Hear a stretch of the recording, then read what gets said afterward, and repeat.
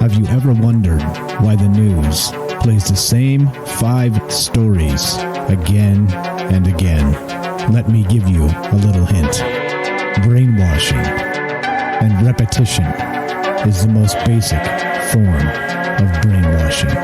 Join me as we look at the news cycle and talk about why the mainstream media is so gutless and afraid to report the truth.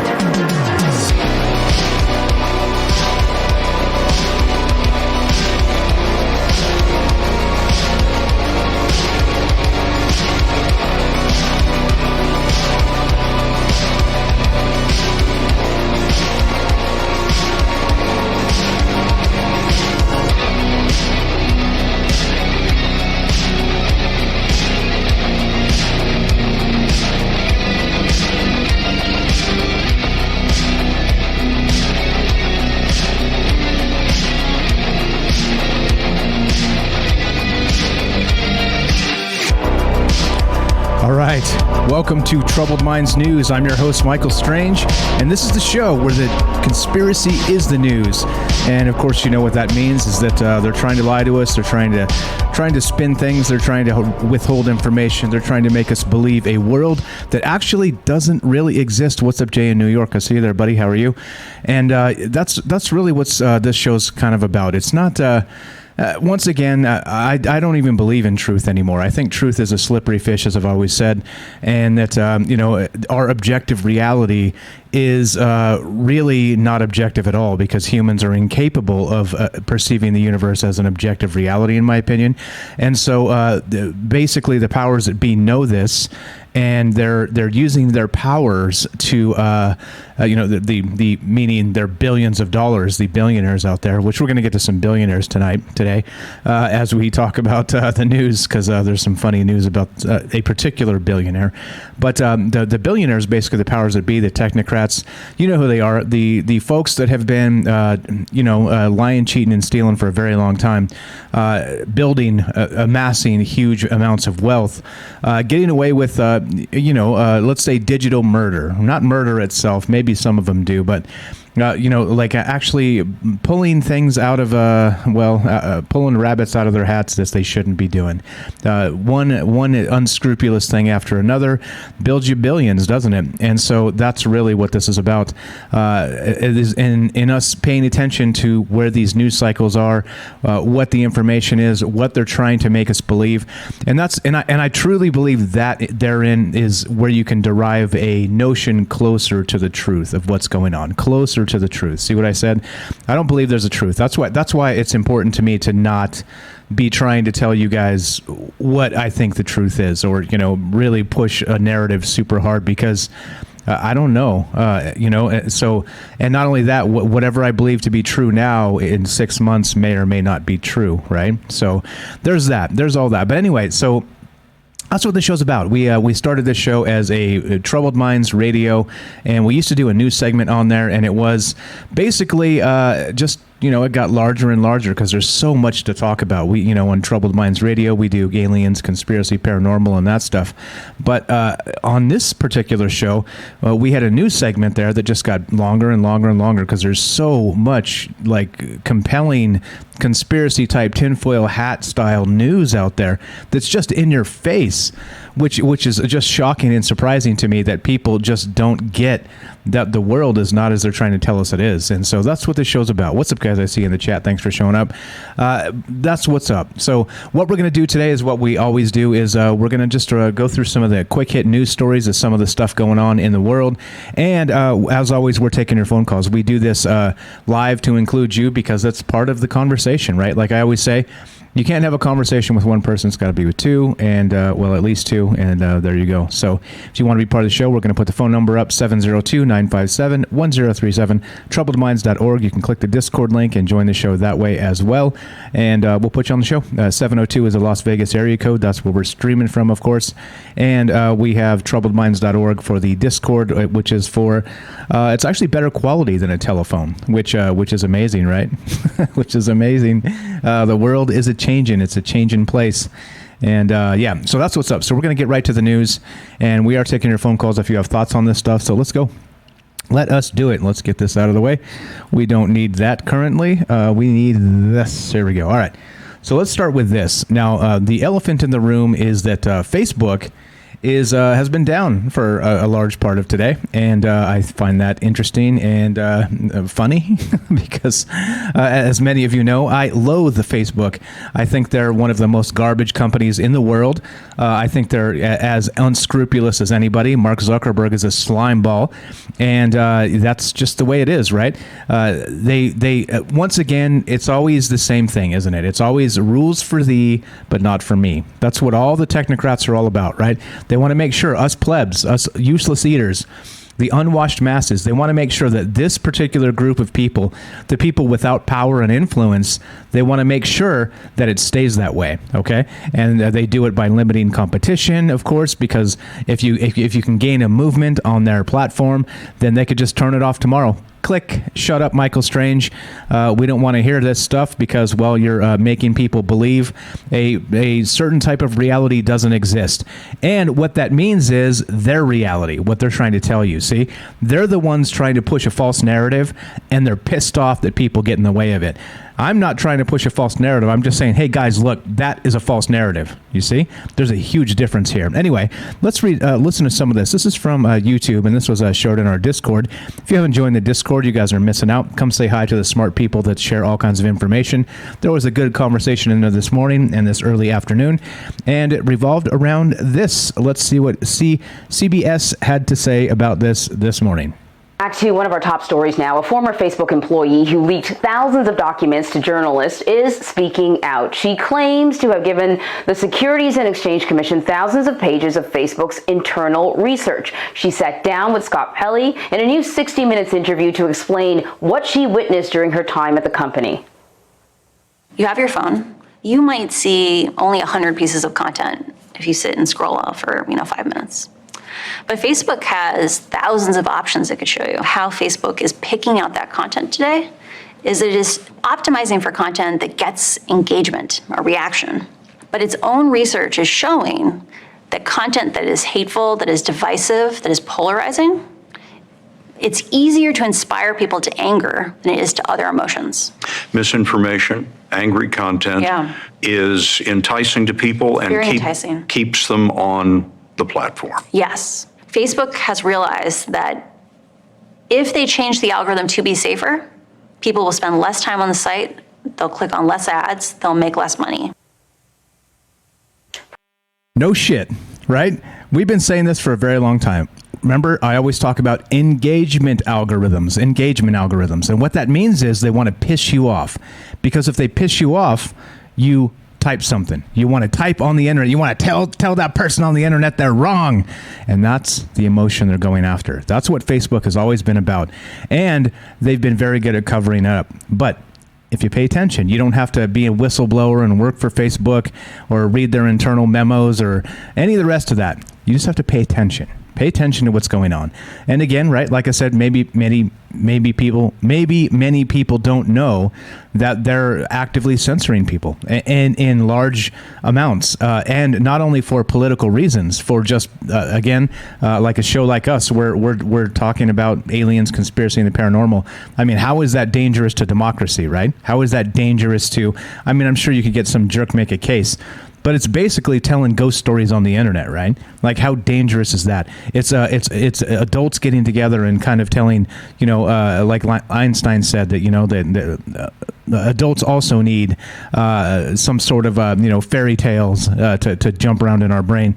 Because if we don't have it, right, we turn into stiffs, robots, just, soulless individuals. We need a little bit of a tickle in our brain as well.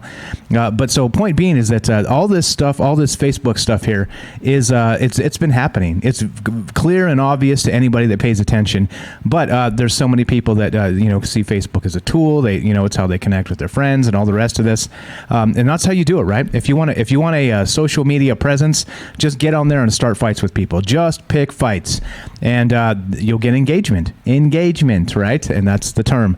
And once you're engaging, right, by pissing people off with division rhetoric, just like all the rest of the media and all that bullshit, like I always say, is it's all fake and upside down, and it's all concocted to make you hate me and to make me hate you, and that's what it's about, right? That's really what this is about. So I think it's funny that we have a Facebook whistleblower, and again, this is the craziest part about this. This is gonna come out. She's gonna talk about this stuff. She's gonna say all the terrible things that we already know. She's gonna confirm them, and then guess what? This is gonna go away. This was on 60 Minutes last night, and this story is gonna go away. Do you know why? Because Mark Zuckerberg has billions of dollars, because he can pay some of these news aggregators. He could pay all kinds of people off to just shut up, to just shut the hell up and not report fake news against Facebook.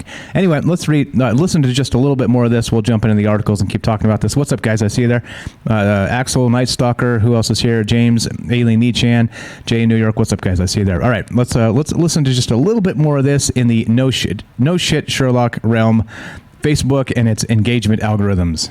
For more on this, we want to bring in Axios media reporter Sarah Fisher. Really good to see you, Sarah. Facebook responded to this, saying in part, look, they are making improvements. They are trying to put a lid on misinformation. Why is the whistleblower coming forward now, do you think? Well, I think for one, she wanted to wait a few months until she could gather enough so that the public would actually believe her when she came forward. So that's why it took her these few months after she had departed. She wanted to make sure she had it and then get it out. But I think the reason she's coming forward, Emery, she said, is because she's worked in Silicon Valley her entire career. She was at companies like Google, Yelp, and Pinterest. And she says that what she saw at Facebook was so dramatically worse than what she'd seen at any other tech company in her career. It was far more egregious. And for that, she felt a civic duty to come forward. Okay, back to the civic duties to come forward. Okay. In any case, this goes on. This is a nice 5 minute. I've already linked it. Here we go. Let's continue, shall we? Facebook basically is a bunch of bullshit, and they rig the game. Rules for thee, not for me. That whole bit, and it continues, right? So here's the actual CNN article, which is of course the most trusted source in news. We already know this. Facebook whistleblower revealed on 60 Minutes says the company prioritized profit over public good.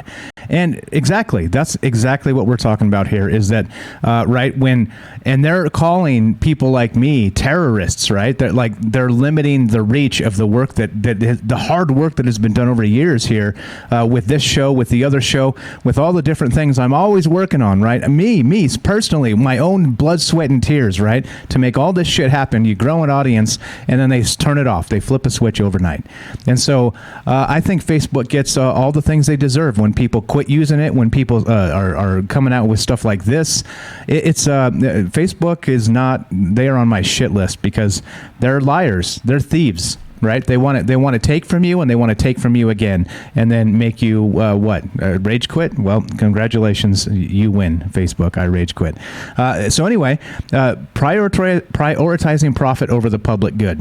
And think about that. Could you probably say that about many huge corporations, many huge conglomerates, most of the media, right? I mean, that's what they do. They could give a shit about what is it? The New York Washington Post says, democracy dies in darkness is their tagline.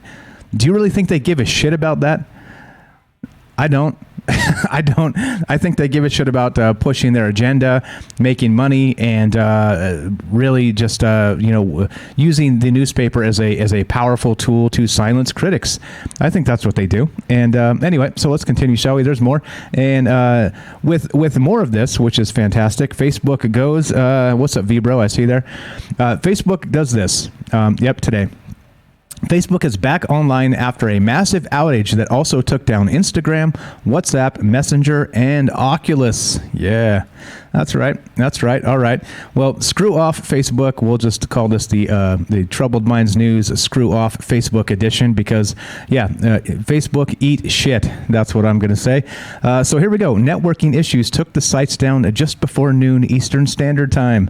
Yep, just as Facebook's Antigone Davis was live on CNBC defending the company over a whistleblower's accusations and its handling of research data suggesting Instagram is harmful to teens. More no shit, Sherlock Sherlock. Of course it is. Its entire network of services suddenly went offline. The outage started just before noon Eastern Standard Time, and it took nearly 6 hours before it was resolved. This is the worst outage for Facebook since a 2019 incident took its site offline for more than 24 hours, as the downtime hit hardest on the small businesses and creators who rely on these services for their income. Oh, is that what they do? I see. After failing all tests for most of the day, a test of ISP DNS servers via dnschecker.org showed most of them successfully finding a route to Facebook at 5:30 p.m. Eastern Time. Within a few minutes, we were able to start using Facebook and Instagram normally. However, it may take time for the DNS fixes to reach everyone. And this just happened. This literally just came back online in the last let's say the last hour here. So this is a brand new piping hot news just hit, and basically, like I said, Facebook can, for lack of a better term, and because I'm especially bitter, they can die in a grease fire. Facebook, the corporation, not the people. The corporation. I'd be very happy to watch that corporation die in a grease fire. All right. So anyway, there you go. If you want Michael Strange to be mean, I've done it. Oops, there's the wrong button. All right. So let's go. Let's keep on trucking. Actually, let's hear a word from our sponsor, which is you. Also, if you want to be part of the show, 702-957-1037. Click the Discord link at troubledminds.org. And here we go. Are you digging the show? If so, you can support us quite easily and at no additional cost to you if you already have an Amazon Prime account. Since we stream on Twitch every day, all you have to do is link your Amazon Prime account to your Twitch account, and they give you free games on a monthly basis for your personal use, and also a bonus $5 a month to send to your favorite streamer as a way to bring more people to Twitch. And all you have to do is sync up to 2 accounts and click subscribe. Thanks for considering us. All right, let's keep on trucking. We got sciencealert.com here. This one's pretty cool. As always, you guys know me. I kind of like the space news and the science news and stuff because it's a little bit more difficult to politicize it. And this is how news should be done, in my opinion, because, well, you shouldn't have to politicize everything. And if you turn on, again, Sean Hannity or Don Lemon or any of those assholes, you will find out very quickly that they don't do any of this type of stuff because you can't easily politicize, this extraordinary gamma ray burst likely came from something much closer to Earth. Go ahead and politicize that. How do you spin it, lefty, righty, or somewhere in between? That's right, you can't. You can't. If you have a way and you know how to spin this into political drama, well, I'd love to know because maybe I'm just not that imaginative. Anyway, so this is by Michelle Starr, October 4th, 2021, which, correct me if I'm wrong, is today. As you know me, I like piping hot news, and that's what we're doing. So here we go. One of the things is gauging distances that's difficult to do in space, especially for random transient flashes of light. And now one of those transient flashes, interpreted as a possible burst of gamma radiation from 13.4 billion light years across the universe, has been unmasked. In 2 new separate papers, that's not what I meant. 2 new papers, separate teams of astronomers have found that the flash called GNZ11 flash is from something much closer to home. Namely, it was sunlight reflecting off a bit of discarded rocket in Earth orbit. What in the world? Are you shitting me? Think about that. Imagine if all the gamma ray bursts were junk floating around in our atmosphere or just outside of it. Get the shit out of here, people. And in one paper, a team led by astrophysicist Charles Steinhardt of the University of Copenhagen's Niels Bohr Institute in Denmark ruled it was more likely that the signal originated within the solar system. In the second paper, a team led by astronomer Michael Michalowski of the Adam Mickiewicz University in Poland traced it to a piece of space junk in the vicinity of the flash, the discarded Breeze M upper stage of a Russian Proton rocket. Yep. Meanwhile, the original team that reported GNZ11 flash and speculated that it may be a gamma ray burst, led by astronomer Linhua Jiang of the Kavil Institute for Astronomy and Astrophysics in China. I'm going to just stop reading the schools these people are from because they're all like 10 words long, and I can't pronounce any of the words, but has struck stuck by their conclusion that the signal came from much farther away. Quote, "This is a typical problem in astronomy. It's difficult to measure distances," Michalowski told Science Alert. "An object with a given recorded brightness may be a faint nearby object or a luminous distant object. In both cases, they would appear equally bright for us. The object in question turned out to be a very nearby piece of space junk, but its brightness was equally compatible with the huge stellar explosion at the edge of the observable universe." Okay, so what do we have? We have a huge explosion, right, at the edge of the visible universe, or we have a piece of space junk floating around just outside of Earth. Right? You see the problem here. Those two things couldn't be farther realities apart. And, well, astronomers don't know which is which. Well, politicize that, I guess. Point being is that this is hot. This is cool. This is amazing. Imagine if it was one of those situations where, like I said, maybe not all, but many of the gamma ray bursts are from junk floating around the Earth.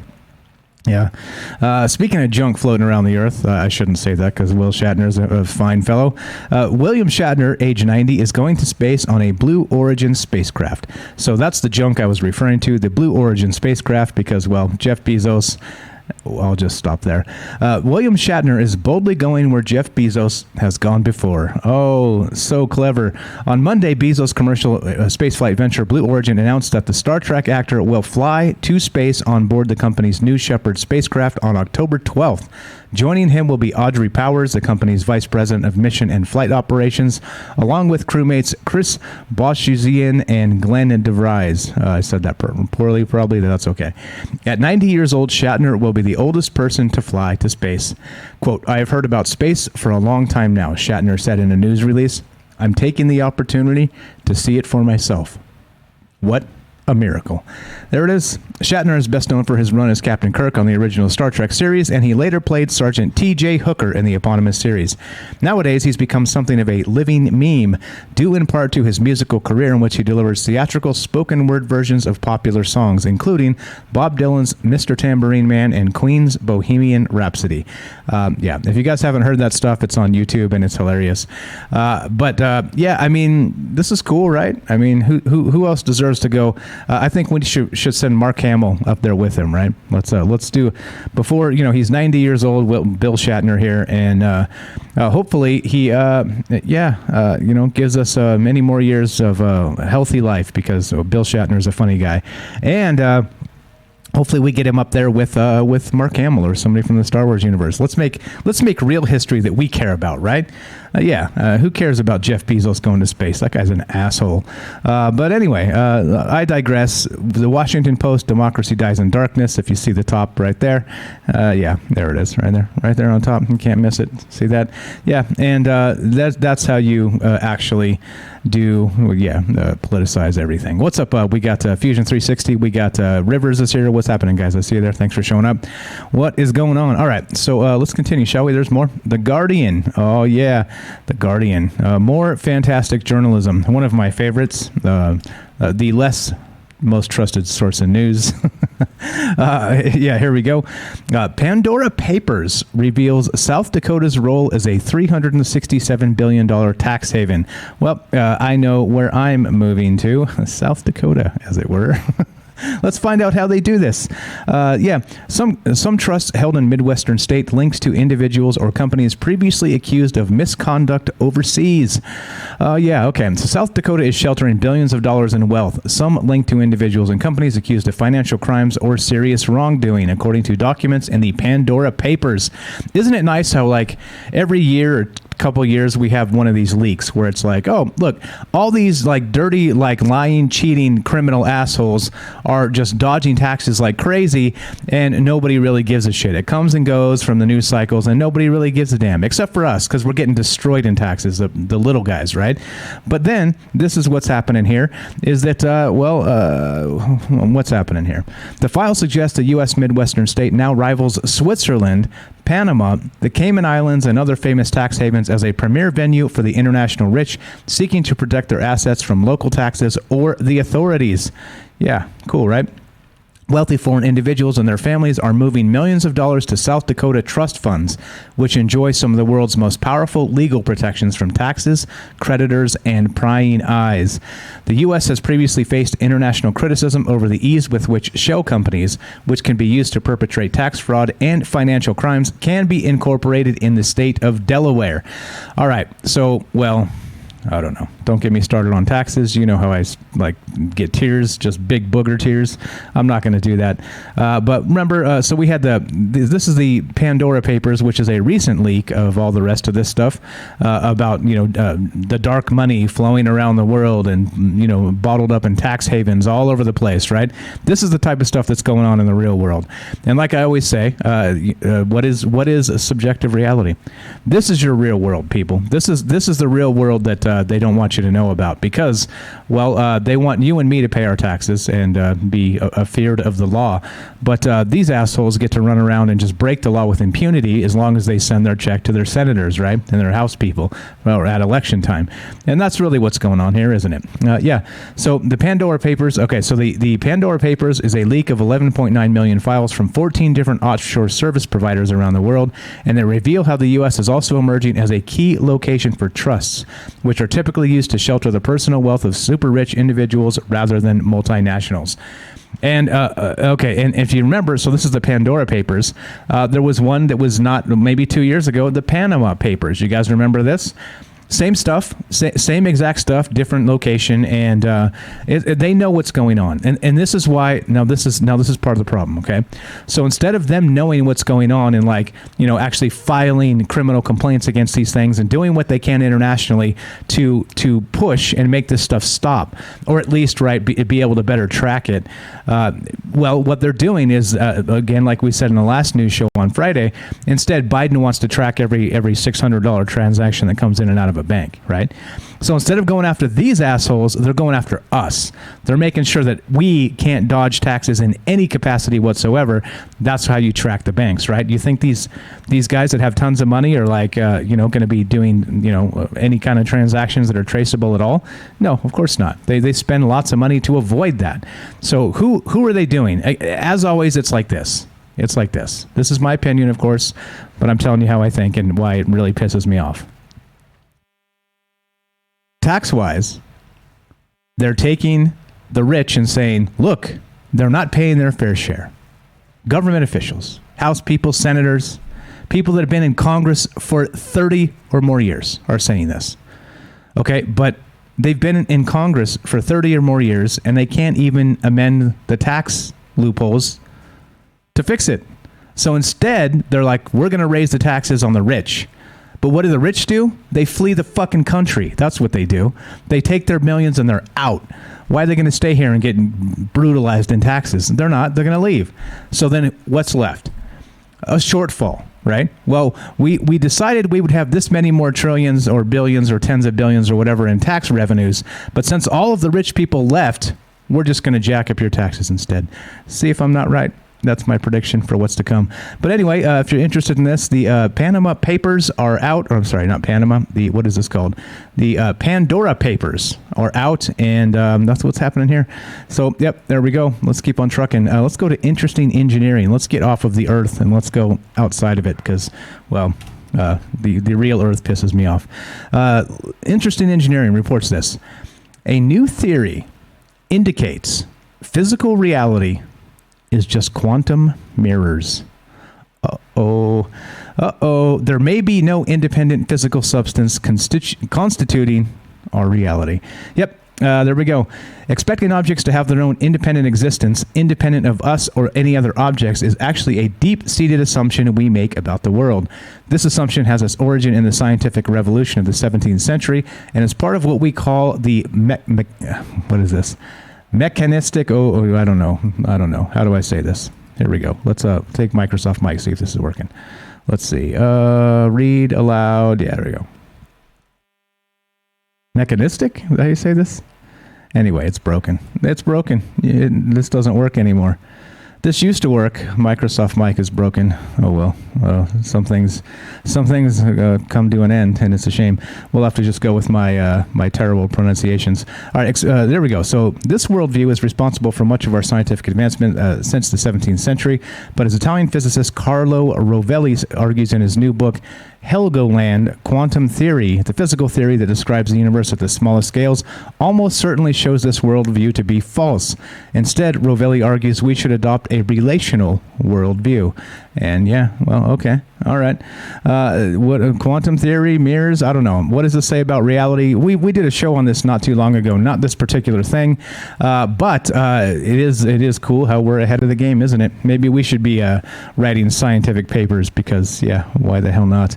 But yeah, is like I always say, I don't believe there is an objective reality. I don't think humans are able to understand it, and that's why we have this bastardized version of history and of the news and everything else that's going on around us. So yeah, that's the way I see it, and I'm sticking to that. Somebody prove me wrong. I'm speaking of proving me wrong, this isn't a debate, and it's just as you guys know, I get up here and I just talk, and I've been criticized for being rambly and talking too fast and all kinds of other bullshit, and I don't care to turn on something else. Right? There's like there's not 10 million things for you to do right now, so that's why I'm honored by those of you that are here.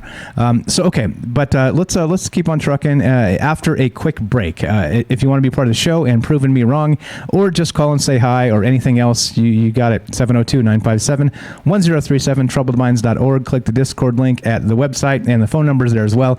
And by the way, that phone number is persistent. So if you're listening to one of these shows, you're time traveling for listening to this moment 2 days from now, and you have a thought on something, call, leave a voicemail, and I'll start playing these things on the air. So just clearly don't leave your phone number on there. It will show up on the call screening thing, so I'll have it if I need to call you back. And just leave it to your first name and where you're calling from. Don't give me your last name, any of that stuff. But yeah, do call and leave us a voicemail, and we'll play that stuff on the show. 702-957-1037, troubledminds.org. See, I do talk fast and I do ramble. Proof is in the pudding. But we're going to take a quick break. This is Troubled Minds News. I'm your host, Michael Strange. We will be right back.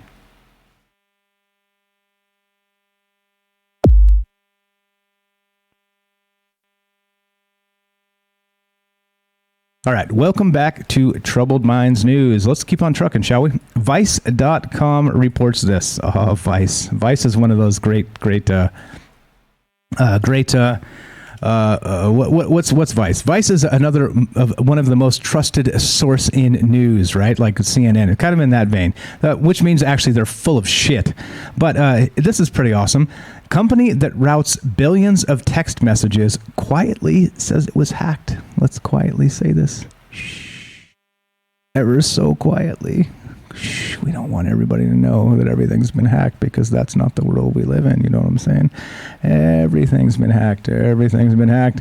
Yep, that's right. A company that is a critical part of the global telecommunications infrastructure used by AT&T, T-Mobile, Verizon, and several others around the world, such as Vodafone and China Mobile, quietly disclosed that hackers, get this, were inside its systems for years, impacting more than 200 of its clients and potentially millions of cell phone users worldwide. I'm going to read that part again. Hackers were inside its systems for years. For years. Yeah. Years. This is what I'm saying. There's this, right? There's this entire industry, right, that's built on cybersecurity. All right. Well, I'm sorry to say, it's kind of like it's voodoo. All right. It's kind of like medical billing. It's voodoo, right? They're like, well, how much can we throw numbers in the air and say we're going to charge $220,000 for this simple surgery, when that simple surgery, clearly can't even cost that amount of money? That's astronomically absurd. But if they say that, they're justifying the high cost of healthcare, right? Wink, wink. Well, very similar in this case. I lost my train of thought because I talked about healthcare. But okay. Point being, back to cybersecurity. Same thing, right? They have this whole industry. Cybersecurity is like, we're just keeping the hackers out. We're keeping the hackers out. We're keeping the hackers out. It's our whole job. 9 to 5, 40 hours a week. We keep the hackers out. Cybersecurity, right? We stay up on top of everything by updating the software. We update the firmware. We keep the hackers out. but the hackers have been in for years. Years. To one of the largest companies in the world, billions of text messages, and anyway. The company, Cineverse, revealed in a filing dated September 27th with the U.S. Securities and Exchange Commission that an unknown individual or organization gained unauthorized access to databases within its network on several occasions, and that login information allowing access to or from its electronic data transfer (EDT) environment was compromised for approximately 235 of its customers. Do you buy that? Now, this is what I'm saying. This is the craziest part about this. Every time this happens, they always minimize it. They say, oh, well, the hackers were in for like 6 or 8 months. And the issue is, the good news is the hackers weren't actually able to access social security numbers and bank account numbers because we have that, separate. That's actually secure. So that the hackers weren't actually able to get into that. They were just able to get, your name and your address, right? This is the type of shit they always say. This is like these are the PR firms that come out and represent these assholes, and they're like, oh yeah, they got this but not that. They've been in there for years. Okay, so clearly they're data mining something that's valuable, and you think they want your pet's name? You think that's the valuable stuff they're after? Of fucking course not. Come on, people. All right. Anyway, a former Cineverse employee who worked at the EDT systems told Motherboard that those systems have information on all types of call records. Cineverse repeatedly declined to answer specific questions from Motherboard about the scale of the breach and what specific data was affected. But according to a person who works at a telephone carrier, whoever hacked Cineverse could have had access to metadata such as length and cost, caller and receiver's numbers, the location of the parties in the call, as well as the content of SMS text messages, which is basically everything. But then look at the statement. They said that an individual or organization gained unauthorized access to databases within its network on several occasions, and that login information allowing access to or from its EDT environment was compromised for approximately 235 of its customers. Now, 235 customers means what? What does it mean? It means Verizon, AT&T, right? It means T-Mobile. It means all of the largest telecoms in the world. Think about that. 235 of its customers. How many billions of people you think are affected by this?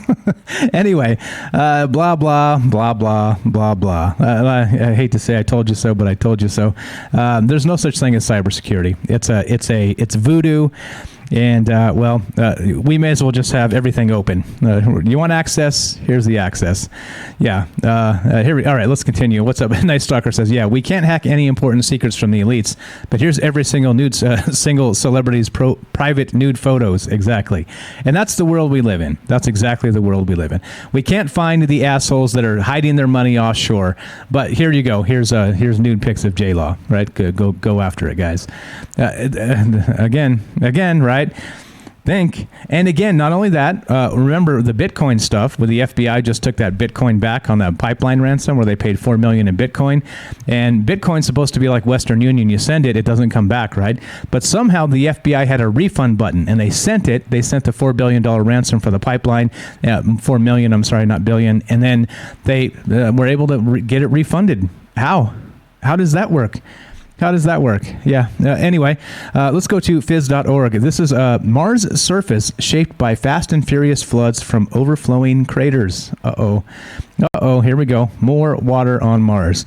More water on Mars. And we talk about this all the time because, there's probably life on Mars, right? I think that's my take anyway, is that there's probably life up there. What capacity? I don't know. But, and flowing water. Flowing rivers, as it were. There you go. Shout out. On Earth, river erosion is usually a slow-going process. But on Mars, massive floods from overflowing crater lakes had an outsized role in shaping the Martian surface, carving deep chasms and moving vast amounts of sediment, according to a new study led by researchers at the University of Texas at Austin. The study, published September 29th in Nature, found that the floods, which probably lasted mere weeks, eroded more than enough sediment to completely fill Lake Superior and Lake Ontario. If we think about how sediment was being moved across the landscape on ancient Mars, lake breach floods were a really important process globally, said lead author Tim Gouge, an assistant professor at the UT Jackson School of Geosciences. And this is a bit of a surprising result because they've been thought of as one-off anomalies for so long. Crater lakes were common on Mars billions of years ago when the red planet had liquid water on its surface. Some craters could hold a small sea's worth of water, but when the water became too much to hold, it would breach the edge of the crater, causing catastrophic flooding that carved river valleys in its wake. A 2019 study led by Gouge determined that these events happened rapidly. Remote sensing images taken by satellites orbiting Mars have allowed scientists to study the remains of breached Martian crater lakes. However, crater lakes and their river valleys have mostly been studied on an individual basis, Gouge said. This is the first study to investigate how the 262 breached lakes across the red planet shaped the Martian surface as a whole.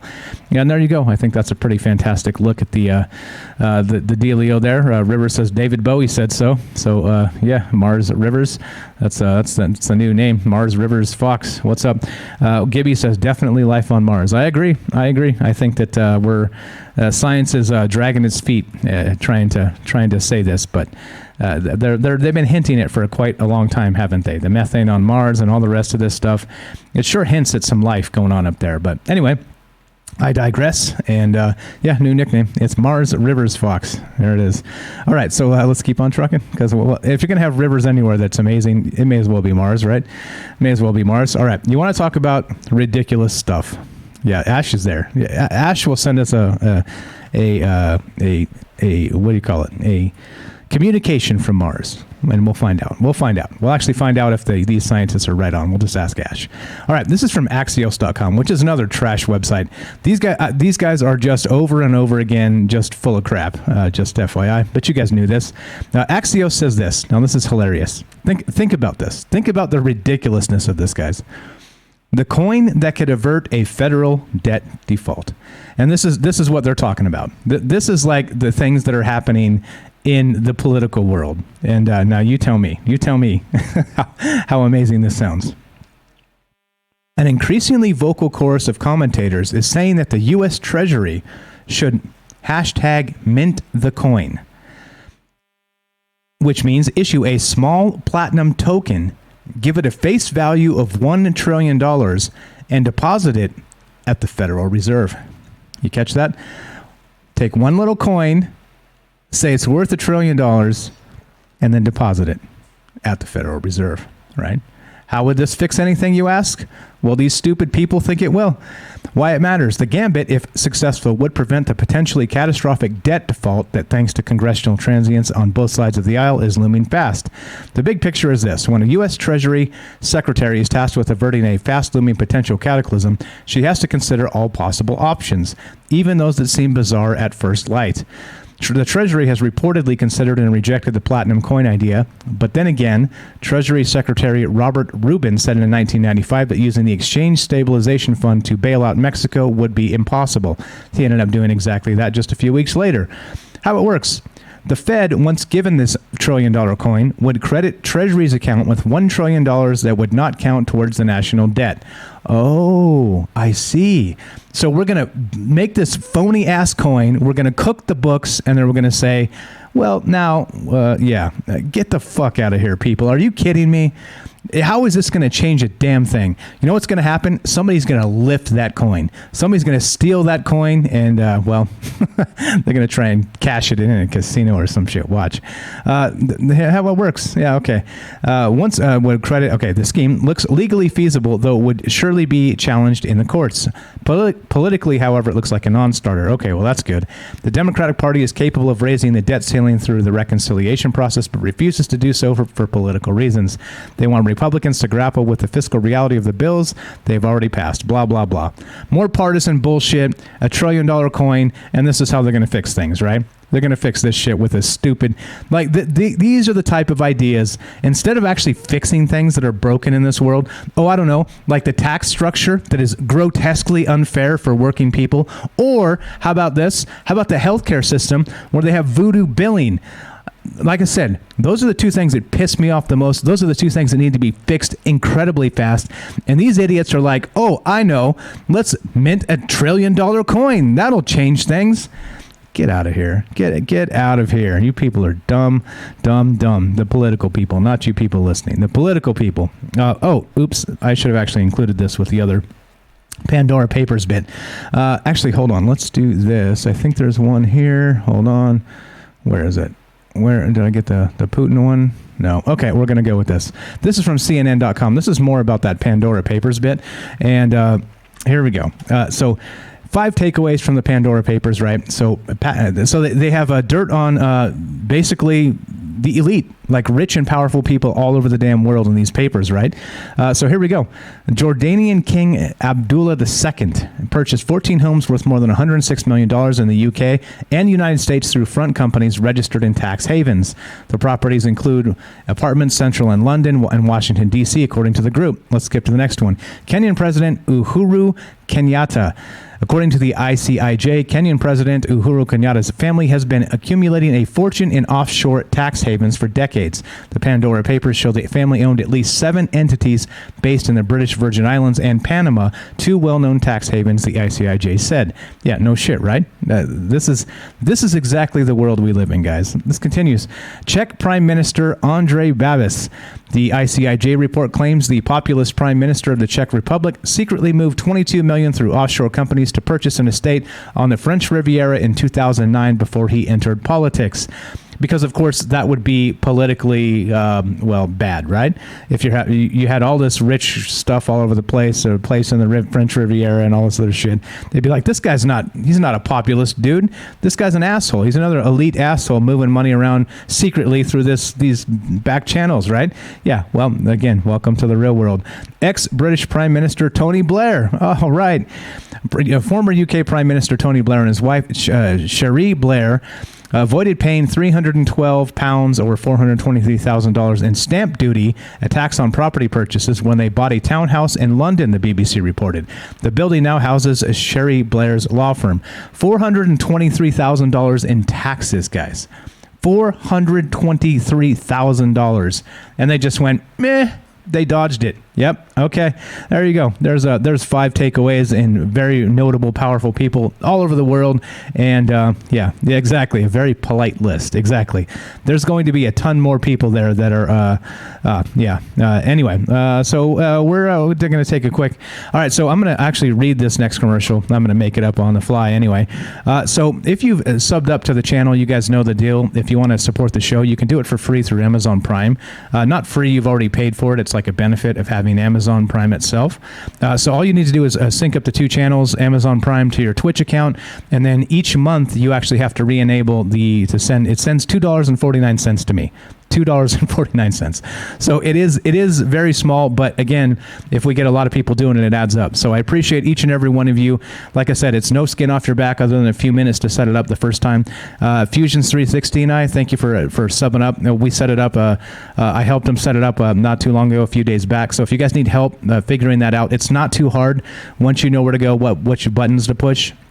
Super simple, but the thing to know, if you did sub up to the channel, you do have to sub up each month because it does expire every 30 days. So there we go. There's the second blah blah. Let's keep on trucking. All right, now here's the I don't know. Like, I think Elon Musk is just so far ahead of the curve that this guy is I'll link this in a sec because I just messed up my link. Actually, I think I can do this. Refresh it. I think this. Yeah, that'll work. Okay. All right. So here's the deal. This is Elon Musk. I tell you what. Like, he's got troll culture down. Like, he can troll and change like a market with just a damn tweet, like a troll tweet. It's crazy. But Grimes, who of course is his BFF, his baby mama or whatever they call. I don't know. Whatever. Grimes is his main squeeze, and Grimes trolls the paparazzi with Communist Manifesto as she confirms she's still living with Elon Musk. And yeah. Oh, sorry. I skipped. I did the wrong one first. Let's do this one first. So it is a troll, but check this out. This was yesterday. This is making headlines, right? Grimes reads Karl Marx after splitting with Elon Musk. Okay, and this was yesterday. Grimes recently split with Elon Musk. His $200 billion net worth makes him the richest person in the world, right? And there's a photograph of her actually sitting there reading the Communist Manifesto by Karl Marx. Yep. Anyway, so Grimes was spotted Friday reading the famous anti-capitalist work, despite recently dating Musk, whose net worth of $200 billion makes him currently the richest person on Earth. The Grimes spotting marks her first public appearance since her split with Musk. Video showed the Canadian musician strolling through the Los Angeles streets, flipping through Marx's most famous work less than 1 week after she and Tesla and SpaceX founder and CEO ended their relationship. So there you go. That's news, right? That's news.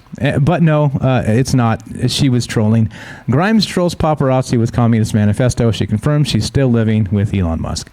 And this is what I'm saying, right? This is your media for you, right? She knew that she gets so much paparazzi attention that she could just go out and read this book in public, and there would be pictures published of her and all kinds of oh boy, she's a Marxist and all this other shit, right? She may be, I don't know, but this is news, guys. This is news, and this is why we can't have nice things. Because everybody reports on this, and there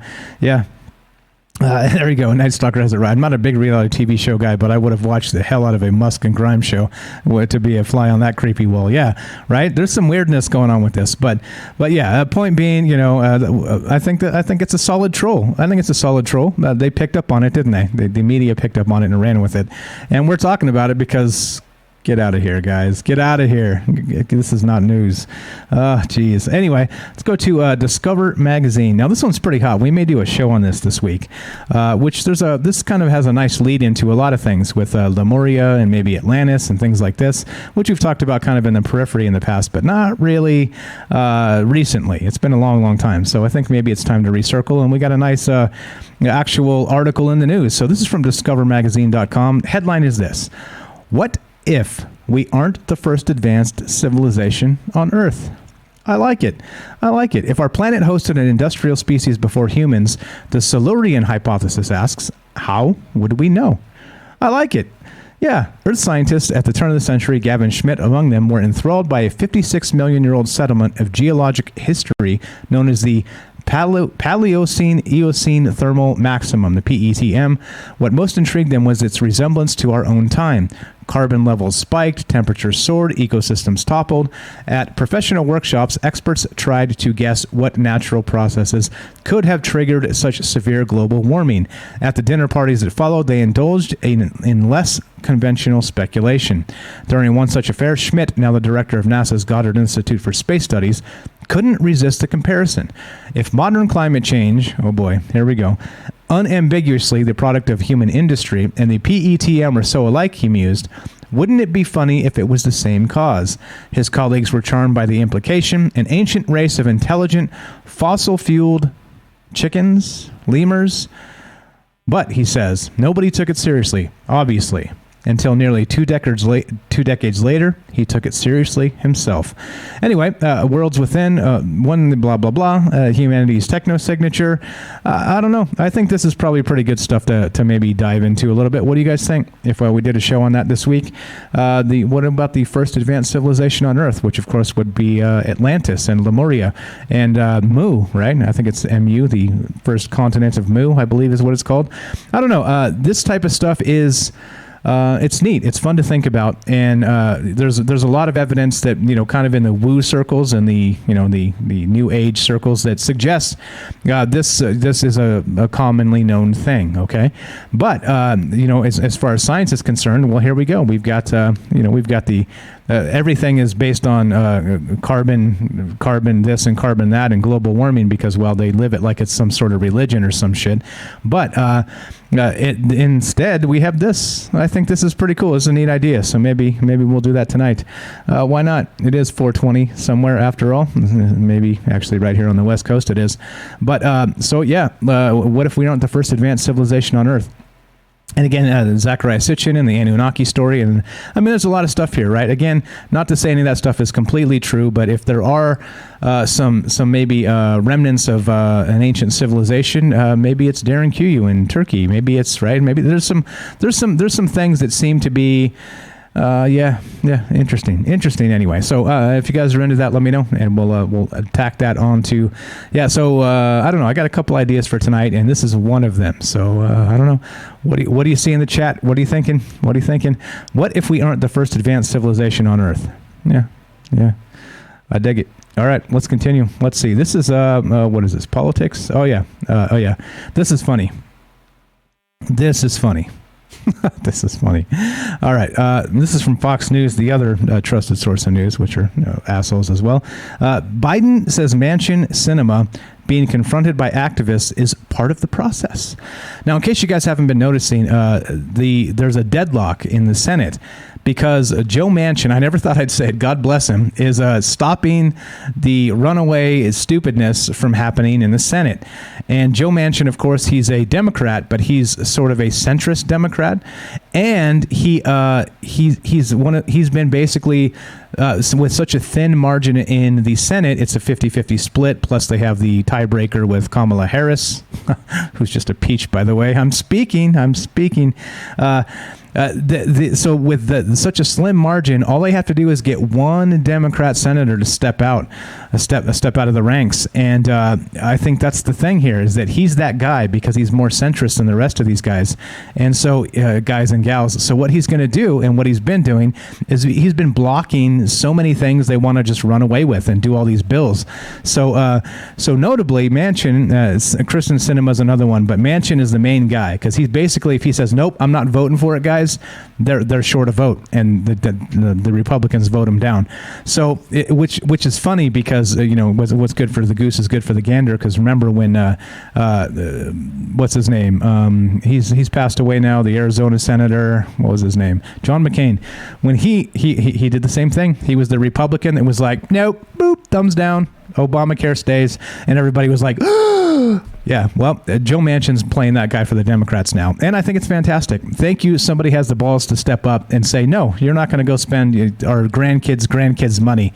No, we need to trim this shit back, get it right, and he's playing that role. But anyway, so just to brief you, in case you didn't know what's actually happening on Capitol Hill, not like it matters because it's all kabuki theater anyway, but Fox News reports this. Biden says that Manchin Cinema being confronted by activists is part of the process, meaning that there's like people, like activists, like unhinged people, like chasing them into elevators at Capitol Hill, like yelling at them and harassing them, threatening them, like all kinds of stuff. And Biden says it's part of the process. All right, if it's part of the process, Biden, get your ass out there and let people run up on you.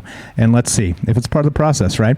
Of course it's not. That's ridiculous. I mean, we have the rights to redress grievances, okay? However, that doesn't mean running up on like senators in a freaking hallway, chasing them in the elevator, screaming, "You're a murderer! You're a murderer!" Come on. Like these activists are out of control.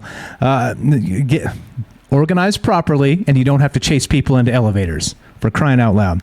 Anyway, President Biden responded to the confrontations Democratic Senators Joe Manchin and Kristen Sinema have faced in recent days amid their track record of support for critical items in his agenda, saying he doesn't think the tactics used against them are appropriate, but said it's part of the process. Oh, get owned. Yep. So I'd love to have Joe Biden line up and get chased down the hallway and into the elevator, because that would be hilarious to see. Part of the process, bro. Part of the process.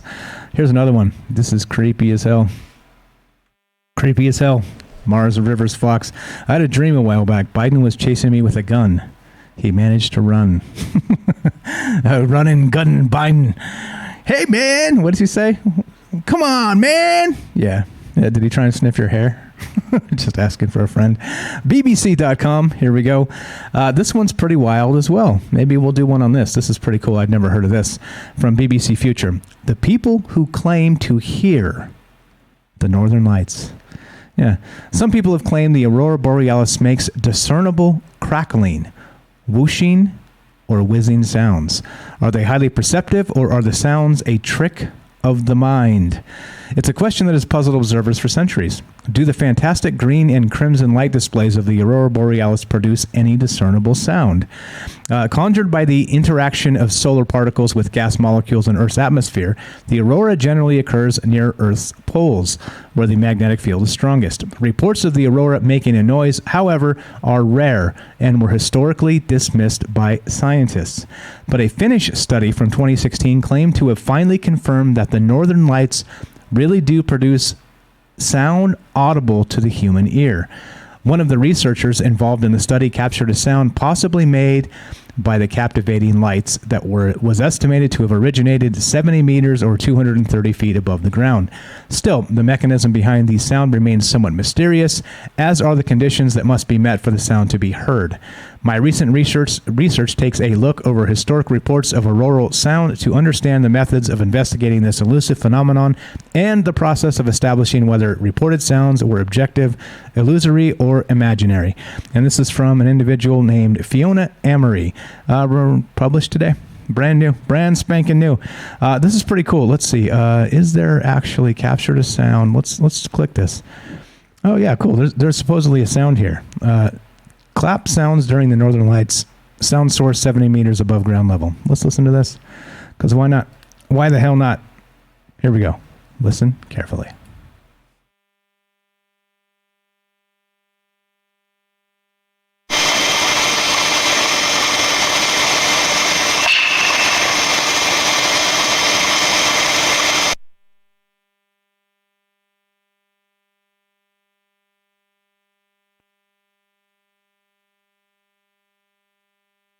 Okay, it's got some science here, explaining how maybe they think this is happening with the sound stuff and all the rest of this.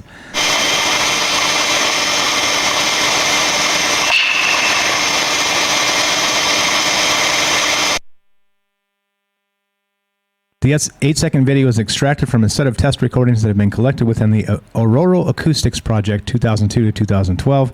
It is yet scientifically unproven that this clap sound is related to Aurora Borealis. However, similar events have been detected only during high geomagnetic activity. Play the rest of this. See if we can hear it again. I can't even hear it. Did you hear a sound? Like a clapping sound? I heard like static. I'll play it again. Just because why the hell not? Yeah, no. All right, let's go back to where it was, right about there. All right, we're supposed to hear a clapping sound. See if you can hear this.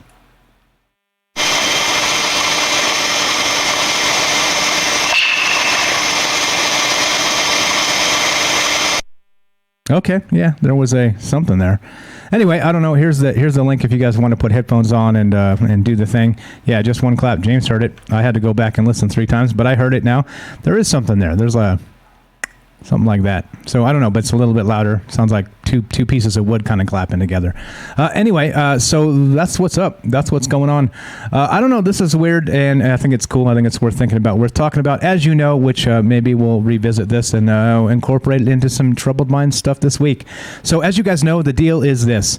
We do Troubled Minds Monday, Tuesday, Wednesday, Thursday, 7 p.m. Pacific, and we do this show Monday and Friday, this Troubled Minds news show Monday and Friday, 3 p.m. exclusively on Twitch, and then it gets cut to YouTube and the podcast feed the very next day.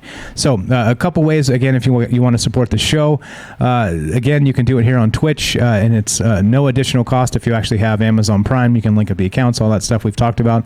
If you want to listen to our archives, we get paid. They send me money. All right. It's not a lot. It's pennies. But if everybody, when you listen to an archive, if you don't listen on YouTube, if you listen on Twitch to this archive, it does send me pennies as well, because they play ads in them. But so if you want to listen back to an archive and you want to help the show and it doesn't make a difference to you, where do you listen? Listen to the podcast feed, because I get pennies for if you listen. Listen to this on Twitch. I get pennies for the ads they play. Or listen to Rockfin. I get pennies in crypto if you listen there. So those are the 3 places if you want to help support the show and you're just listening anyway. Just listen on those 3 platforms. I know YouTube's probably more convenient. It's probably a better interface and all the rest of that. But I don't get paid a penny from YouTube. So those are the 3 ways. Right here on Twitch, probably the best way is the podcast feed if you're choosing. And Rockfin's also good, because if you watch over there, it's built on the blockchain. And as you get views accumulating, they actually pay out pennies in crypto. So that's what I'm saying. There are ways to actually support the show without actually coming out of your own pocket. If you're going to be listening anyway, please select one of those 3 platforms and listen there.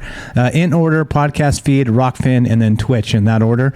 And like I said, it helps a lot. If all of us do it and kind of do one particular thing, it boosts it. And then, like I said, the sooner we get to a place where it's kind of cutting out a lot of the time I have to spend doing real life, real world stuff, yeah, Spotify, Fusion 360, Spotify counts as the podcast feed. So Spotify, so the podcast feed includes anything like Apple, iTunes, Spotify, Stitcher, Spreaker, any of those, like Google Podcasts, any of that stuff. So if you're listening on the podcast feed, I do get paid about 3 pennies or something like that per episode. So it is pennies, but like I said, if many people do it, then it does add up. So there you go. So I get absolutely nothing from YouTube, not a penny, because we've been demonetized from day one. So no. So like I'm saying, if it's all the same to you guys, it does make a difference to me, and not just the resources and budget we have for the show, but the amount of time I'm able to spend doing more stuff like this. So I'd like to do a news show 5 days a week. I just don't have the time, right? Or maybe split it and do some other stuff, some other interesting things. So if you guys help with those simple little things and just pick it in that order and watch your archives there, it will help a lot with growing the budget for Troubled Minds. Okay, so just FYI, that's what's going on. Want to spread the word on that, and thank you again, everybody out there. Thank you so much for listening. Thanks for spreading the word. Thanks for caring. There's just so much hate out there on Twitter and everywhere else. It's just, all the social media, like we were saying, the engagement algorithms. These dickheads are just out there like starting fights, and they're like, oh, look, I'm so good at social media. No, bro, you're just a dick. You're just a dick. That's what it is. Congratulations, dick. Right? I mean, come on. Anyway, I'll get off the soapbox. You guys are the best. Thank you again for hanging out with us. Thanks for being here. Like I said, I will have a list. I keep saying this and I keep failing. I will have a list of folks that have subbed up to the show, which I will read. And here's the thing, too. This weekend, I'm aiming for Sunday. We're going to have a bonus show for the folks who have subbed up to the channel as well. And you guys know how that works. We'll probably do that exclusively on Rockfin. And there you go. So there it is. What's up, Fusion 360 says, I love listening to you at work. Helps my day go by. Fantastic. Thank you for listening. Like I said, spread the word. Share the love that there's a way to look at the news out there without I was kind of a cynical bastard today, but it happens. It happens to the best of us, doesn't it? I try my best not to be like that all the time, but okay. Anyway, so let's rock this and let's get the hell out of here. We got a show coming up in about 2.5 hours, so I got to get to it.